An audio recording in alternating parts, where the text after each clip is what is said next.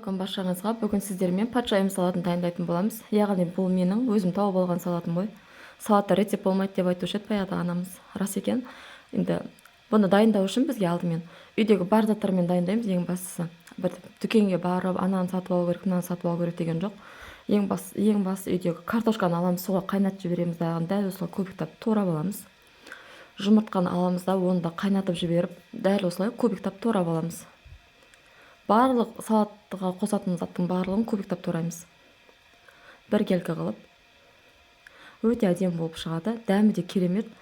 Мұнда дайындап қойғам қияр, помидор және де колбаса. Халал колбаса. Зеленді ұнатсаңыз қоссаңыз болады. Кез келген ұнататын зелень түрін қоса берсеңіз болады. Үйге қонақ келетінден бір моменталын жасасаңыздар керемет болады. Мұнда жасыл бұршақ салдым. 2 ас қасық. Егерде көпшілік болсаңыздар, осы заттардың барлығын көбейтіп алып жасай берсеңіздер де болады. Майонезді алдым да бетіне сүйіп жібердім. Шым тұзды сүйіп жібердім де араластырып. Бір моментта салатымыз дайын болды.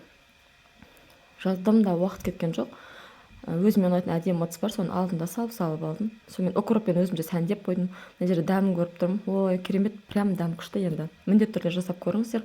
Мені белгілеуді ұмытпаңыздар. Видео сіздерге ұнаған болса, лайк басып, тіркеліп, қоңырау шанына басып қоюды ұмытпаңыздар. Ал баршаңызға ас болсын.